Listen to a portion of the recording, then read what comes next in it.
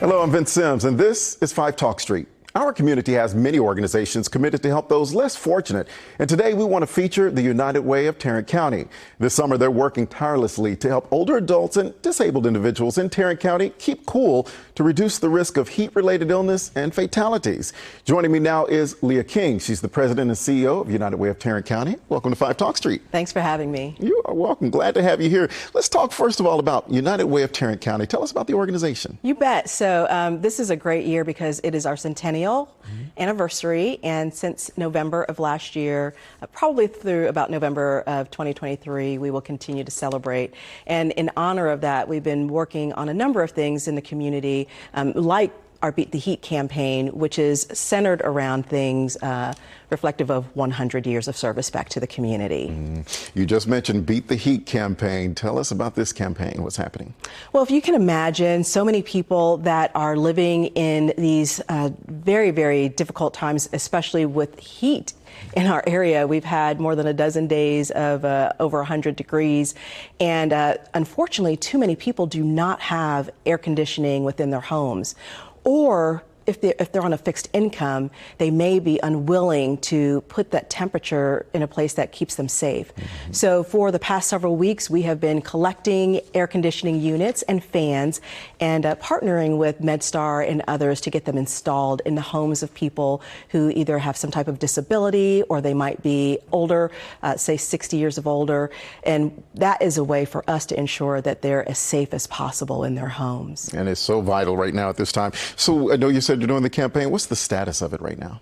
Well, it's really exciting. When we first kicked off in late June, in fact, we kicked off on the first day of summer, we said we wanted to collect 100 units. And within the first week, we had collected 100 units, thanks to a large contribution from Schwab. And they made it possible for us to front load, if you will, MedStar units. So as soon as a call came into MedStar for them to respond to someone that was having a heat-related issue in their home, MedStar could get out there on the scene, and if they noticed there was not air conditioning, they could immediately install a unit.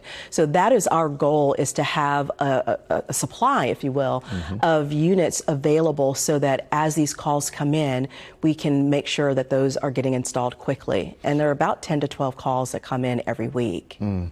As this is happening, what are you hearing from the people that you're helping with this? We know that we're saving lives. We've seen it over and over. If you think about last year, unfortunately, there was at least one fatality a week during the summer months.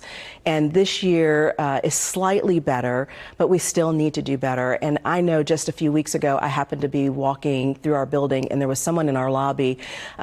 She was the grandmother of 6 young people, the youngest at 2 months old. And she told me that she had no air conditioning in her home.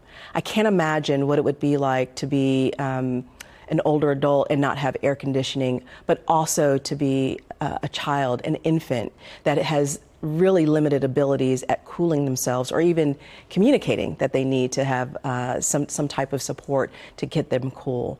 So we're seeing very, very immediate response, immediate results, and ultimately what we're trying to do is to make sure as few people as possible experience any type of heat-related issues. When you hear stories like that of that grandmother and you see the impact that you're having, what does that mean to you? It makes it all come home very, very quickly. People ask me all the time, why do you do the work that you do? And that is exactly why. When we get to meet people every day that are being impacted in a very positive way, it makes it very easy not to see this as a job, because it's not. This becomes your passion, because you know there are countless people like that grandmother out there that need help and that need support. And it's our responsibility as an organization to be there to be able to respond when possible. Somebody may be watching this and wondering, in need, how do they go about, seeing if they qualify or be a part of it? The easiest way is to call 211. If you call 211, regardless of where you are in our state, they will be able to connect you with local resources. So they'll ask you a few questions, and those questions will help them to make the appropriate referral.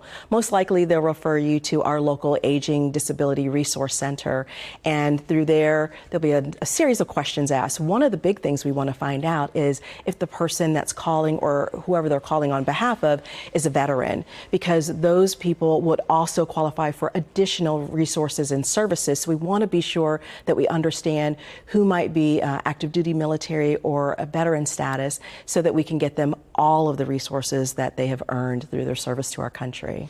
And if somebody's not in need but wants to help out somebody in need, can they donate to the Beat the Heat campaign? Absolutely. There are so many different ways to donate.